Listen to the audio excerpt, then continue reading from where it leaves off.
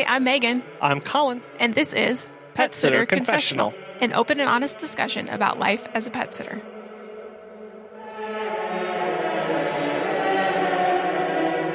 Hello, welcome to episode 212. Hello. Thank you to our sponsor, Palmetto Scoopers, and our wonderful Patreon members. Supporters like Laura and Becky have found value in the podcast and want to support us for the price of a cup of coffee every month. So we thank you very much, and thank you to all of our Patreon members. Today we're talking all about failure in business. And I think we have to start by asking ourselves, what even is a failure, quote unquote failure? Defining failure is critical to both our mental and emotional health. Now, some of our tasks, whether day-to-day or yearly goals for our business, are probably going to fail. That's just how these things go. Well, yeah, as an entrepreneur, not everything that we do is going to be successful. Right. Sometimes we're not, Thomas Edison had that thing where he developed 999 different ways to not make a light bulb, and then finally the one he did. Right. Well, whether it's a coupon that nobody's buying, or a hiring ad that nobody's responding to, or even a pet that you're trying to win over that just never really happens, these kind of incidents are going to occur whether we plan for them or not. Now, the textbook definition of a failure is the lack of success, which I don't think is very helpful at all. Well, that just means you have to define success. And then whatever is the opposite of that, that is what a failure is. Yeah, so we have to define failure because how we do that impacts our ability to learn and grow from it. When we start thinking that failing at something is actually what defines us, that it becomes part of our identity and is who we are, we stop being able to grow and learn because we start having a fixed mindset of this is just who I am. I fail at these kind of things. I failed at this one time. I'll never be good at it. That is what a fixed mindset really starts limiting us to be able to grow and to be able to start seeing new opportunities. Well, and we actually had a whole episode on defining success. So this is kind of going to be the opposite of that. But my point is that when we talked about defining success and that it wasn't something that defined us. So if our business was extremely successful, that's awesome, but that's not our identity. That's not what we are. We are not our business. We are outside of our business. And so when we think about successes and failures, we have to think of them the same way. And so just as we are not defined by our successes, we are also not defined by our failures. I think a way a lot of people will look at what a failure means is it's when we set a goal, but we don't achieve it. And again, here, the problem is really our focus, what we are trying to do. What if the goal that we set for ourselves was never achievable in the first place? I think something even more common than that is that we set the wrong goal because we just didn't know enough. And there's nothing inherently wrong about setting a wrong goal or an incorrect goal, because a lot of times we don't know what we don't know. But it's time and time again, our failure is actually just us setting the wrong goal for ourselves or not fully understanding what we wanted or what we wanted that goal to be all along. I like to think back to our days in school. We are probably all familiar with an assignment that would be something along the lines of write a research paper. So what's the goal for this? Is it to turn it in on time? Is it to write 10 pages? Is it to learn something? Or is it to get better at writing? Now, when I was in school, long ago. Shh, don't say that. The goal was primarily to always get it turned in by the deadline. The goal was to get it turned in on time. Now, if I didn't do that, did I fail? Now, what if I still learned something? What if I actually enhanced my skills? Is that still a failure? This is where defining our goals and objectives for ourselves becomes so critical. And in this example, we have two things that are going in conflict with one another. We have the goal that's set by the outside world, the goal that somebody is trying to impose on us. And then many times we forget that we have our own agency to set our own internal goal for something. And when we have our own internal goals for projects, for things and initiatives that we are trying to do, that's where the real power and strength comes from. Because in that way, we are not being defined by somebody else's expectations because we've already set the match, we've already set the bar, we've already set that goal for our lives. And that way we can achieve that. And even if we don't achieve that, there are still things that we can learn from that other than we didn't meet somebody else's expectations.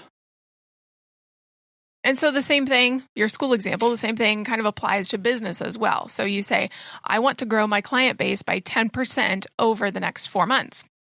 Well, did you really fail if you only got 9%? But what if you got connected with a lot of really cool people along the way? Is that still a failure, even though you missed it by 1%? So the problem is that many times we aren't open to these other options because we're just not looking for them. So if I'm so focused on the 10%, I might miss the connection with another pet sitter or a client who has a lot to share.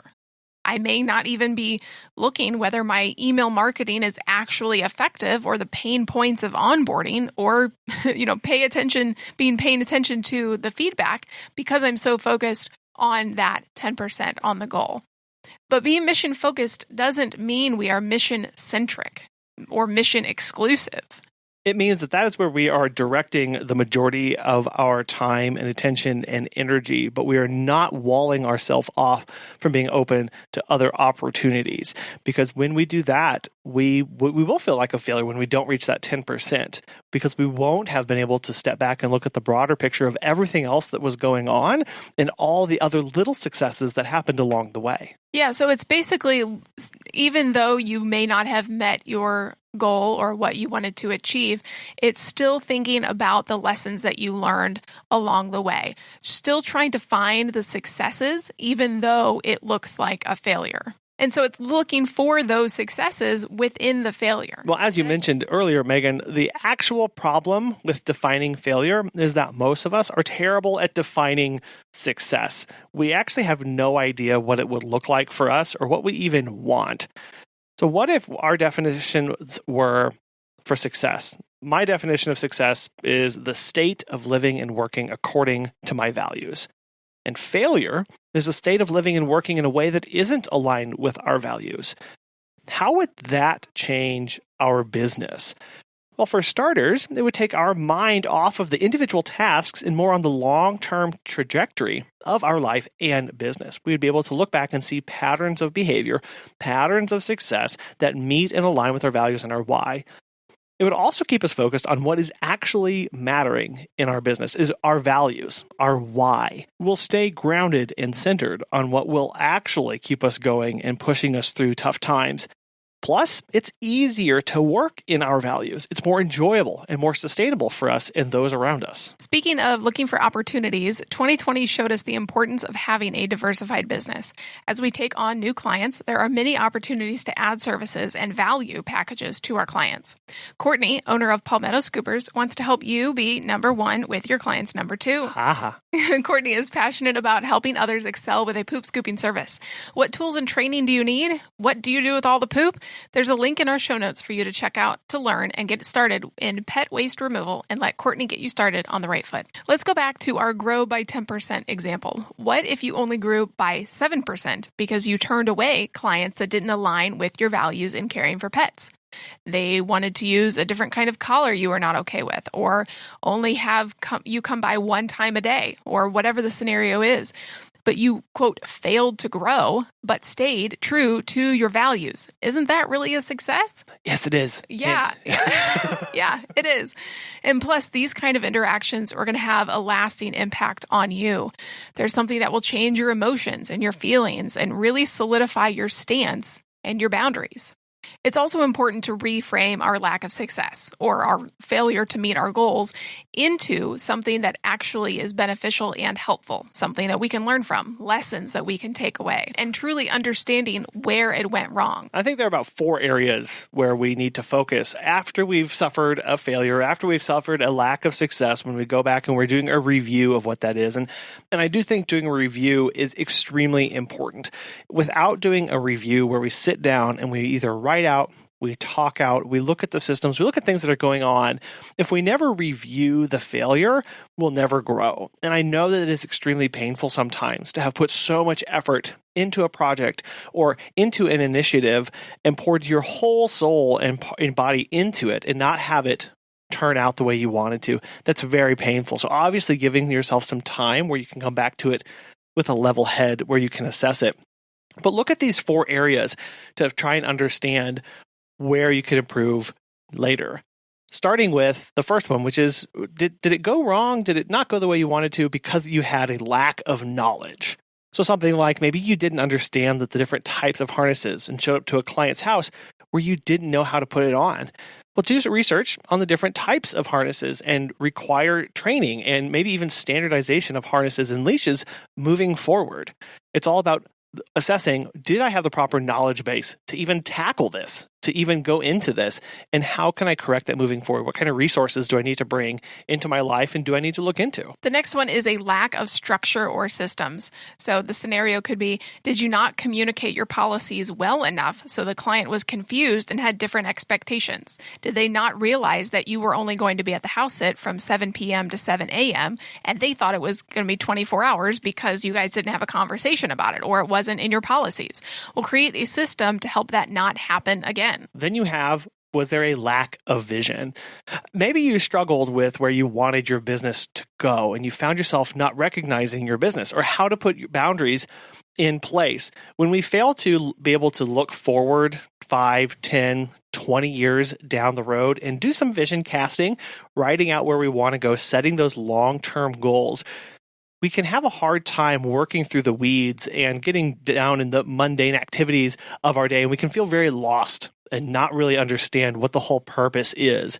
So being able to step back, have a 35,000 foot view of your business and actually what you want out of it will really help you when it comes time to making decisions and setting plans. Well, and I heard something recently that for the yearly goals, obviously you want to set, 5, 10-year goals and then break it down to a year, then break it down to a month, then to a week, and then to a day. And that's not saying that you're going to accomplish your goal every single day or your big goal every single day. That's just telling you the tasks that you need to work on that day in order for you to reach your big goal. Well, and it helps you realize that there is progression, that things are happening. Again, thinking back to redefining success and failure into their connection with our values, we can see that there is this long-term trajectory of change, of difference over time. And when you break down these big goals, these long-term visions into daily tasks, you're able to look back at your notebook or at your app on your phone that tracks all this stuff and go, you know what, I did actually check off everything, or I have checked off a vast majority of these things over time. I am making progress, because it can be very defeating at times to feel like we're lost, like we aren't making any progress. So that's one reason why it's really good to have these kind of things written down, is not just so that we don't forget them, but so that we can go back and remind ourselves of not just how much we've learned or how much we've grown, but how much hard work we've actually done and all of the progress that has happened since we started trying to accomplish these goals. And then the final one is lack of strategy. Maybe you struggle with finances. You would not be alone in that area. But maybe you struggle with where to put your money or invest it. Well, get connected with a local CPA or find a financial advisor in your area. Strategizing is merely trying to put in a game plan to meet these goals, meet these objectives, meet these tasks. Once we've cast the vision, once we've set forth the path we want to walk, then it gets down into how am I actually going to accomplish that? That's where the strategy comes in. Maybe you want to save $10,000. Great. That's a wonderful vision. That's a wonderful goal to have. How are you actually going to accomplish that? So getting connected with somebody, this is actually pulling in multiple of these. Maybe you don't know what that process looks like. So you're actually reaching out to learn more because you have a lack of knowledge and you have a lack of strategy. You can combine these by bringing in somebody with experience, somebody with expertise in this and hiring them to help you in this, to help you build up your strategy and then help you implement it too. And put structure and systems in place so that you can save a little bit every month. Well, that's a really good point to point out that many times in our lives, we have all 4 of these going against us. When we go into something, we don't know what we don't know. So we don't know to plan, we don't know to cast the vision, and we don't have a strategy to go along with it because we don't have the structures or the vision to go along. So all of these can happen individually, But I think more often than not, when something doesn't go the way we want, when we sit down to deconstruct that event, what you'll find is that you'll have multiple things in each of these buckets that contributed to that. Now, the important part here is not just that we have deconstructed and we've understood where we went wrong, but that we end up recovering from it. Yeah, because nobody likes to fail. Do you like to fail? I mean, I don't. So get good counsel around you. Get friends, get family, get other pet sitters who have maybe gone through the exact same thing, or reach out to us. We'd be happy to help you through whatever you are struggling with right now. And then sit with it.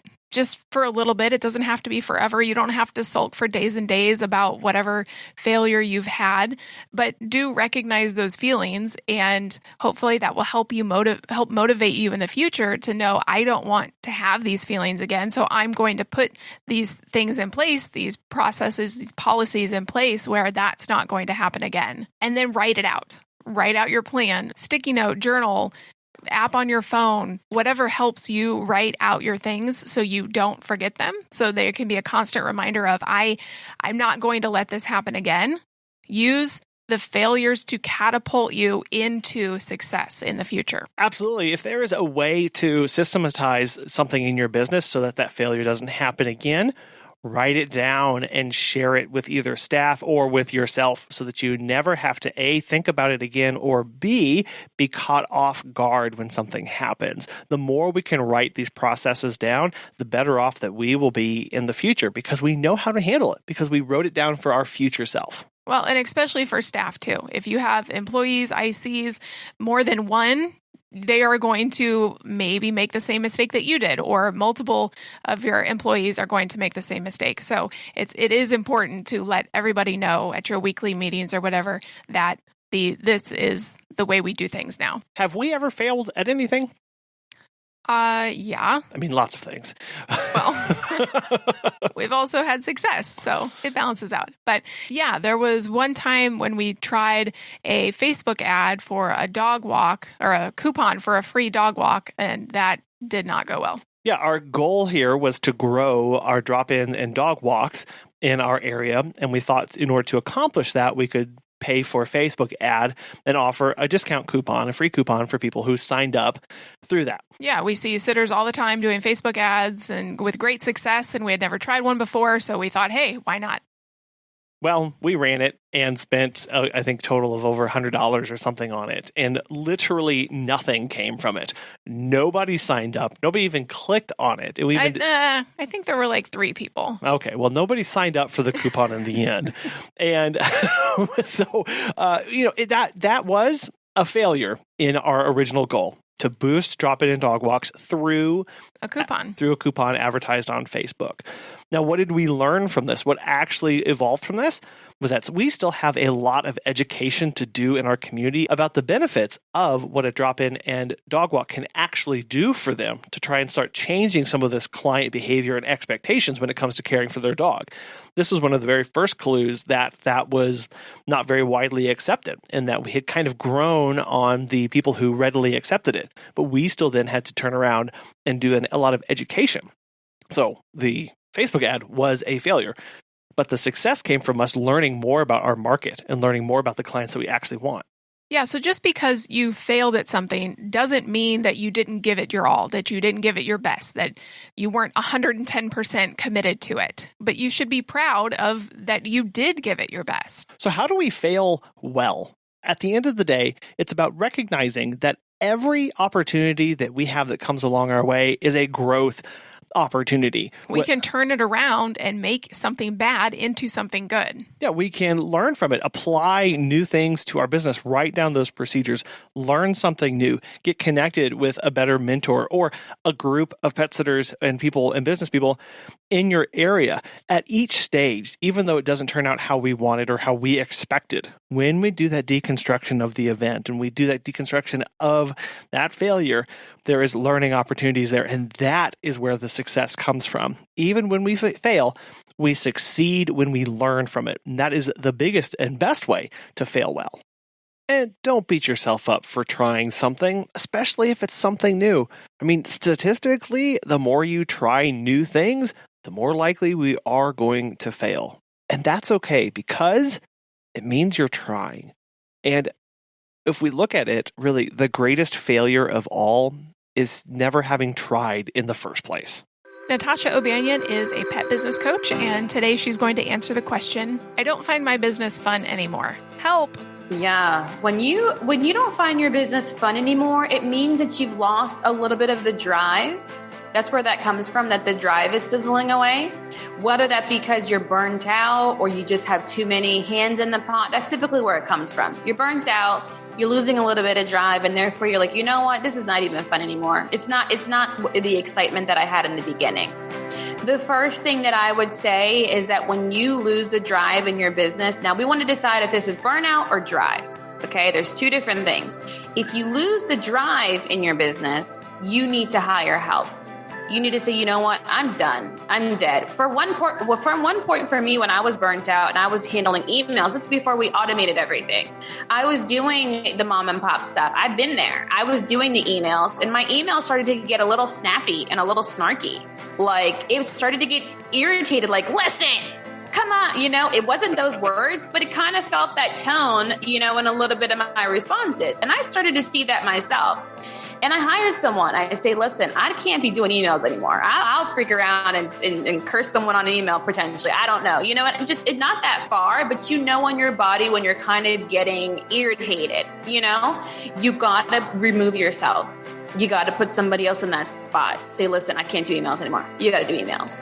You gotta respond to people, or you gotta just send the saved messages. Because one thing that happens is we're taking care of a cat, we're taking care of a dog, and then people are calling and they're texting. They're not going to get the best response from you. They're going to get a quick, fast, irrational response, and you want to remove yourself. And that's when you started to notice you're losing the drive. So get someone else. CEOs do it all the time. You're the founder, but the founder gets somebody else to either general manager to run this thing, or another owner or another partner, but they get someone in that spot when they've lost drive. Now, if you're just burnt out, same answer. You got to get some help, because you're realizing that you're scaling to a capacity that you can't keep up with. And that's why it's not becoming fun anymore. No one said you couldn't still make a good income and be passive and still have the vision and the dream that you kept. That's what I do. I haven't walked a dog in years. I started to have a bunch of children, but I still love my business. I got different people running it for me, and I'm not going to sell it, or I'm not going to do anything about it, because why? I have other people where I am not.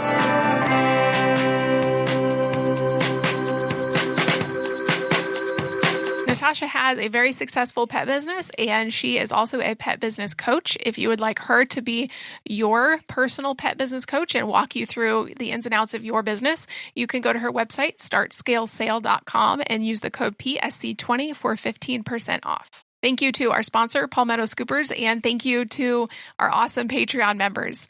Thank you for listening. We really appreciate it, and we hope that you are doing well and your business is thriving. And we would love any feedback or topic ideas or interview guests that you guys have. We are always looking for ways to help improve the show. So if you have any ideas, please let us know at feedback@petsitterconfessional.com, or you can let us know on Facebook and Instagram at PetSitterConfessional. And let us know a failure that set you in a different course on your business, and that you learned from, and that you have applied new things to both your life and your business that it's actually set yourself up better than you ever expected. Thank you again so much for listening. I hope you have a wonderful rest of your week. We'll be back next time.